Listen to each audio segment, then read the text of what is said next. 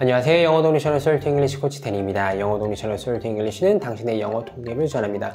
오늘은 사형식과 수동태에 대해서 이야기해 보려고 합니다. 한 번쯤은 모두 배워보신 적이 있는 그 5형식 중에 4형식입니다. 5형식은 영어에서 사용되는 문장들을 구분하는 아주 클래식한 방법입니다. 제가 지금 5형식을 클래식하다고 표현했지만 분명 5형식 하면 고리타분한 옛 방법인 것 같기도 하고 내가 분명히 5형식을 배웠지만 내가 배운 이 5형식이 나의 영어 실력 향상에 정말로 도움이 되었나라는 질문에 고개를 갸웃하실 수 있는 분들이 굉장히 많을 거라고 생각됩니다. 그리고 저를 포함한 대부분의 우리가 5형식 하면 고개를 갸웃거릴 수밖에 없는 이유는 대부분의 우리가 5형식을 잘 배우지 못하고 잘못 배웠기 때문입니다. 장인은 연장 탓을 하지 않지만 연장은 장인 탓을 할 수 있습니다. 사실 5형식은 우리가 영어를 익히고 학습하는 과정을 정말로 간결하고 쉽게 만들어줄 수 있는 좋은 도구 중에 하나인데 이 5형식을 잘 가르치는 사람이 없었던 것입니다. 그래서 오늘 첫째로는 이 5형식을 잘 설명드림으로써 우리의 영어 실력이 성장하고, 둘째로는 4형식 문장을 우리가 수동태라는 문장 구조를 사용하여 어떻게 달리 표현해 볼 수 있는지, 그리고 이 4형식 문장을 우리가 수동태를 사용하여 달리 표현했을 때 그 뉘앙스가 어떻게 표현되는지 설명드림으로써, 그 뉘앙스가 어떻게 달라지는지 설명드림으로써 영어 표현의 스펙트럼을 넓히고 직접 성장에 즐거움을 더하고 영어라는 언어에 대한 이해도를 높이는, 우리가 성장하고 우리의 영어 실력이 유창해지는 유익한 시간 가져보도록 하겠습니다. 저도 중학교 1학년 때 처음으로 5형식을 배웠었습니다. 이 5형식을 배우면서 제가 했었던 생각이 무엇이었냐 하면, 이 5형식을 배운다고 해서 내가 정말로 영어를 잘할 수 있을까라는 생각을 제가 많이 했었던 것 같습니다. 없는 집 살림에 어머님께서 영어 가외 선생님까지 붙여주셨고, 그 당시 사용했던 영어 교재는 성문 기본 영어였습니다. 첫 가외 시간에 이 위영대라는 영어 선생님께서 5형식을 대뜸 가르쳐주기 시작합니다. 주어 동사, 주어 동사 보호, 주어 동사 목적어, 주어 동사 직접 목적어, 간접 목적어, 주어 동사 목적어, 목적보, 이렇게 5형식을 외우게 하면서 대뜸 하는 말이 이 안에 모든 영어 문장이 다 들어있다라는 것이었습니다. 지금 생각해보면 위영대 선생님께서 영어를 잘하는 사람이 아니었습니다. 그 시간은 무언가를 배우는 시간이라기보다는 항상 얻어맞는 시간이었고 시간과 돈을 낭비한 추억이었습니다. 하지만 이 위영대 선생님이 나쁜 선생님이었다고 해서 이 선생님이 가르쳐 주셨던 5형식까지 나쁜 것은 아닙니다. 비록 영어의 모든 문장이 정말로 이 5형식 안에 들어있지는 않고 영어의 모든 문장이 이 5형식이라는 카테고리 안에서 분류될 수 있는 것도 아니지만 하고 싶은 대부분의 말이 이 안에서 표현될 수 있는 것도 사실이기 때문입니다. 마치 세상의 모든 문제를 우리가 돈으로 해결할 수 없지만 돈이면 대부분의 문제는 해결할 수 있는 것처럼 이 5형식도 우리가 영어의 모든 문장을 이해하고 말할 수 있게 해주는 것은 아니나 영어에 있는 대부분의 문장을 우리가 이해하고 사용하고 말할 수 있게 하는 것에 도움이 되기 때문입니다. 아무튼 오늘 컨텐츠에서 우리가 5형식을 배웠으나 5형식을 배웠을 때 배우지 못했던 5형식의 핵심에 대해서 한번 말씀을 드려보자면, 5형식을 우리는 두 종류로 구분해서 인지해야 한다는 것입니다. 5형식은 1형식과 2형식 그리고 3, 4, 5형식으로 구분하여 인지해야 합니다. 1형식과 2형식은 주어와 동사만 있으면 되지만 3형식, 4형식, 5형식부터는 반드시 목적어가 존재해야 되는 문장들이라는 것입니다. 예를 들어 Lion sleeps tonight이라는 1형식 문장이 있습니다.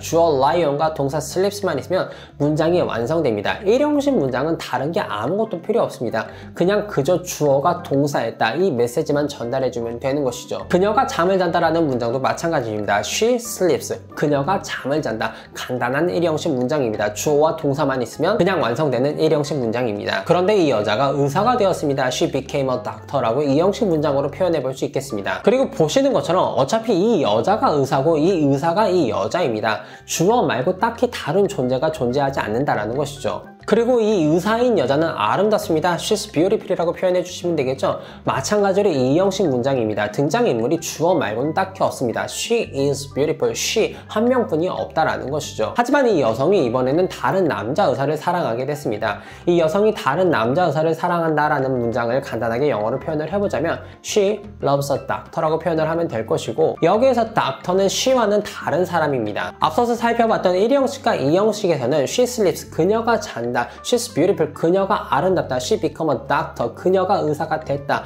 등장인물이 she뿐이 없지만 이 3형식 문장 she loves a doctor에서 이 doctor는 그녀와 다른 인물입니다. 즉 등장인물이 두 개라는 것이죠. 1형식과 2형식은 주어 혼자만의 이야기라면 3형식부터는 주어와 다른 무언가의 이야기라는 것이고 3형식 문장에서부터는 이 다른 무언가 즉 목적어가 없다라면 성립되지 않는 이야기들을 말할 때 우리가 사용하는 문장 구조라는 것입니다. 자는 것도 자기 혼자 될 수 있고 의사가 되는 것도 자기 혼자 될 수 있습니다. 하지만 사랑은 자기 혼자 할 수 있는 게 아닙니다. 사랑을 할 대상이 있어야 됩니다. 주어 혼자만의 이야기가 1형식과 2형식이라면 3형식부터 5형식은 단순히 주어의 이야기를 하는 것이 아니라 주어와 목적어의 이야기를 동사로 풀어내는 형식입니다. 결국 세상에 존재하는 대부분의 문장은 주어가 이렇대 주어가 저렇대 주어에 관해서만 이야기하는 문장이거나 아니면 주어가 목적어를 이렇게 한대 주어가 목적어를 저렇게 한대 라고 이야기하는 주어와 목적어의 관계를 표현하는 문장입니다. 주어가 이렇대 주어가 저렇대 라는 문장은 1형식과 2형식으로 주어가 목적어를 이렇게 한대 주어가 목적어를 저렇게 한대 라는 문장은 3형식과 4형식과 5형식으로 표현을 한다라는 것이고 이것이 우리가 동사를 자동사와 타동사로 구분하는 이유입니다. 주어가 혼자 하는 동사는 자동사이고 주어 혼자서 무언가 온전히 완전함을 이뤄낼 수 있는 동사는 자동사이고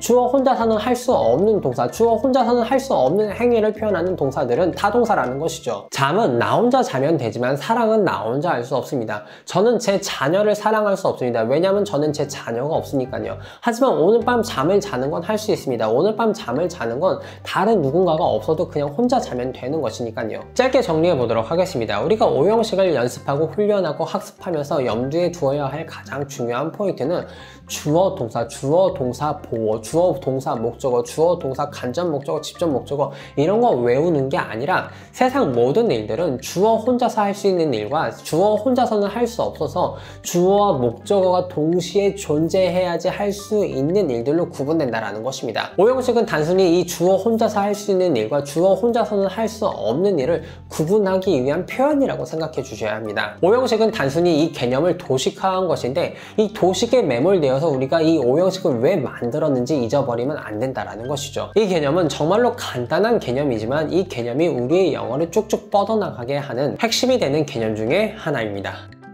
5형식 중에서도 특이한 4형식에 대해서 설명드려 보도록 하겠습니다. 4형식이 왜 특이한지부터 설명드려 보자면 4형식은 영어 전반에 걸쳐서 적용되는 규칙을 무시하는 형식이기 때문입니다. 영어 전반에 걸쳐 적용되는 규칙이 무엇인가 설명드려 보자면 이 영어라는 언어는 한 문장 안에서 명사와 동사를 각각 명사, 명사, 동사, 동사 연속하여 사용하지 않는다라는 것입니다. I love, like you처럼 love와 like이라는 동사가 연속되어 사용될 수 없고 I like chair, 데스크처럼 체어와 데스크라는 명사가 연속되어 사용될 수 없습니다. 맞지 않는 문장이지만 나는 너를 중국에서 좋아했다라는 문장을 I like you, China라고 이야기를 한다면 우리나라 사람에게는 너와 중국이 서로 다른 명사로 인지되기 때문에 어떻게든 중국에서 너를 좋아했었다 라고 추리할 수 있지만 원어민에게는 이 문장이 나는 you, China 씨를 좋아했었어 라고 인식되기 쉽상입니다. 영어라는 언어가 명사를 연속하여 두 번 사용하지 않기 때문에 you라는 명사와 China라는 명사가 각기 다른 명사라고 인지를 못하고 당연히 하나의 명사일 것이라고 인지하기 때문입니다. 영어라는 언어에서는 동사를 연속하여 두 번 사용하고 혹은 세 번 사용할 때 혹은 명사를 두 번 이상 연속하여 사용할 때는 반드시 접착제 역할을 하는 품사를 사용해 주어야 합니다. 방금 예를 들어드린 문장도 올바른 문장으로 수정을 해보자면 I like to you라고 먼저 말해준 후 적절한 문맥에 맞는 명사 접착제 전치사 in을 발라주신 후에 나머지 명사 China를 붙여서 I like you in China라고 말씀해 주시면 되겠습니다. 이렇게 영어라는 언어는 명사 다음에 바로 명사가 올 수 없습니다. 반드시 명사와 명사 사이에 접착제가 와야 되는데 이 접착제가 와야 된다는 규칙을 무시하는 형태의 문장 형식이 바로 4형식입니다. 하지만 4형식은 영어 전반에 걸쳐서 적용되는 규칙을 무시하는 형식의 문장이기 때문에 이 4형식을 사용하려면 전제 조건이 따르게 됩니다. 그리고 이 전제 조건은 하나도 아니고 두 가지나 됩니다. 4형식 문장을 사용하기 위한 첫 번째 전제 조건은 이 문장에서 사용되는 동사가 반드시 무언가를 준다라는 개념을 가지고 있는 동사여야 한다는 것입니다. 예를 들면 give, send, teach, tell, show 같은 동사들이 있겠습니다. 보통은 물건을 주던지 아니면 정보를 주던지 둘 중에 하나의 것을 전달해주는 개념을 가진 동사들입니다. 두 번째 전제 조건은 명사를 연속해서 사용할 사용할 때, 즉 목적어를 연속해서 사용할 때 반드시 사람과 사물의 순서로 연속해 사용해야 한다는 것입니다. 예를 들어 I, want, you, money라는 문장은 그 의미는 둘째치고 문장 구조만 봐도 잘못된 문장입니다. 하지만 이 문장의 동사를 want에서 give로 바꿔준다면 I give you money, 나는 너에게 돈을 준다라는 적절한 문장이 되고 명사 you와 명사 money를 연속해서 사용해도 아무런 문제가 없는 훌륭한 문장이 됩니다. 하지만 여기서 순서를 바꾸어 I give you와 money의 순서를 바꿔서 money you라고 우리가 이야기를 하게 된다면 이 문장은 다시 틀린 문장이 됩니다. 왜냐하면 사람과 사물 순서로 명사를 연속해서 사용하지 않고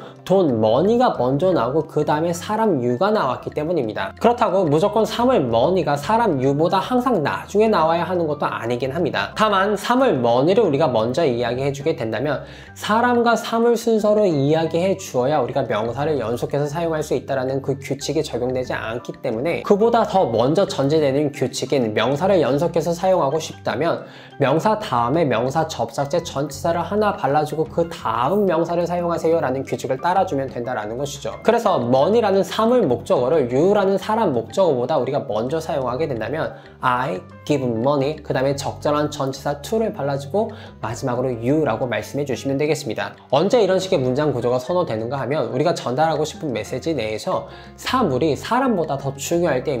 영어라는 언어는 중요한 메시지를 조금이라도 더 먼저 전달하고 싶어하는 언어이기 때문에 더 중요한 사물을 우리가 사람보다 앞에 배치해서 이야기한다는 것이죠. 예를 들어 만약에 돈이 한두 푼이 아니라 10억입니다. 10억.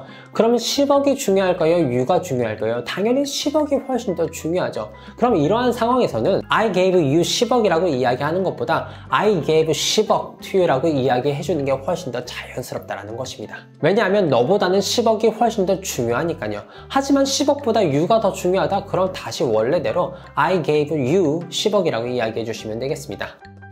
마지막으로 사형식과 수동태입니다. 우리가 소위 수동태라고 불리는 문장 구조를 사용하는 이유가 굉장히 많이 있지만 그 중에서도 메인이 되는 이유를 뽑자면 내가 주어로 사용하고 싶은 명사를 내 마음대로 뽑아 쓰기 위함입니다. 원어민들이 주어로 뽑아 쓰고 싶어하는 명사는 그들이 전달하는 메시지 내에서 핵심적인 정보를 담당하고 있는 명사입니다. 다시 한번 I give you 10억이라는 문장으로 예를 들어 보도록 하겠습니다. 직역하면 내가 준다 너에게 10억을입니다. 그런데 이렇게 말해놓고 보니까 내가 너에게 돈을 준다라는 그 메시지보다 내가 얼마를 주는지가 더 중요한 상황인 겁니다. 왜냐하면 돈이 10억이니까요. 그래서 목적어의 순서를 바꾸어 I give 10억 이라고 먼저 중요한 메시지를 이야기해주고 나중에 중요하지 않은 to you를 붙여줍니다. 중요하게 생각하는 10억이라는 메시지가 조금 더 앞으로 나왔습니다. 근데 이렇게 말을 해놓고 보니까 아직도 충분하지 않은 겁니다. 돈이 한 푼, 두 푼도 아니고 10억인데 그 중요함을 우리가 충분하게 전달하지 못하고 있는 것 같습니다. 그러면 I give you 10억이라는 문장에서 가장 중요한 메시지, 가장 무게가 있는 명사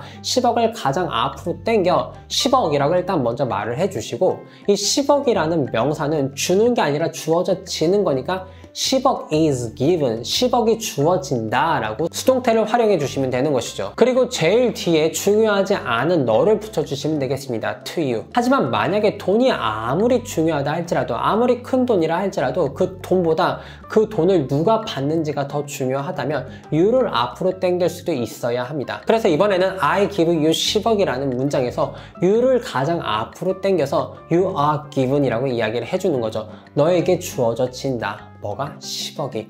You are given 10억이라고 문장을 완성해 주시면 이번엔 you가 강조되는 문장을 수동태라는 문장 구조를 활용하여 우리가 사용할 수 있고 말할 수 있게 되겠습니다. You are given 10억이라는 문장에서 이번에는 제가 10억 앞에 to 같은 전치사를 따로 붙이지 않았습니다. 왜냐하면 사형식 문장에서 설명드렸었던 것처럼 문장 내에서 핵심 키워드를 가진 명사가 사람이 먼저 나왔을 때는 그 뒤에 따로 전치사, 즉 접착지 없이 우리가 또 한 번 명사를 사용할 수 있기 때문입니다. 10억이 먼저 나왔을 때는 10억 is given to you 하면서 전치사 to를 사용해 줬지만 너가 먼저 나왔을 때는 you are given 이라고 이야기했을 때는 따로 전치사를 사용하지 않고 you are given 10억이라고 이야기해 주셔도 되겠습니다. 마지막으로 내가 준다라는 사실이 가장 중요하면 어떻게 표현하면 되죠?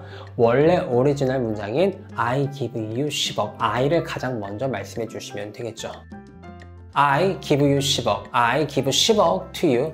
10억 is given to me. You are given 10억. 전부 같은 상황에 대해서 표현하는 문장이지만 설명드린 것처럼 하고 싶은 말이, 강조하고 싶은 포인트는 다 다른 문장들입니다. 내가 강조하고 싶은 것이 무엇이냐에 따라서 어순을 선택하여 내가 전달하고 싶고 내가 강조하고 싶은 메시지를 선택적으로 전달하는 것이 그냥 영어를 하는 게 아니라 영어를 잘하는 것입니다. 짧은 시간 동안 5형식 개관, 그리고 그 중에서도 4형식의 특징과 또 4형식으로 표현되는 문장을 강조하고 싶은 메시지가 무엇이냐에 따라서 수동태라는 기법을 사용하여 어떻게 주어를 바꾸어 가며 전달하고 싶고 강조하고 싶은 메시지를 전달하는지도 설명드려봤습니다. 이해하시고 구분하시고 원하시는 대로 선택하여 사용하실 수 있게 된다면 또 우리의 영어가 한 걸음 더 성장하게 됩니다. 하나하나가 영어의 핵심이며 우리의 영어를 풍성하게 해주는 중요한 요소들이라고 말씀드릴 수 있겠습니다. 이해의 폭을 넓히고 큰 그림을 함께 봄으로써 영어를 더 넓은 시야로 바라보고 사용하실 수 있도록 하나하나 따로 설명드리지 않고 연관된 개념으로 설명드려봤습니다. 오늘의 컨텐츠도 우리의 성장과 우리의 영어가 유창해지는 것에 도움이 될 수 있다면 그저 행복하겠습니다. 항상 중요한 내용인데 압축적으로 설명드릴 수밖에 없어서 아쉬움이 많이 남습니다. 하지만 궁금하신 내용 댓글 남겨주시면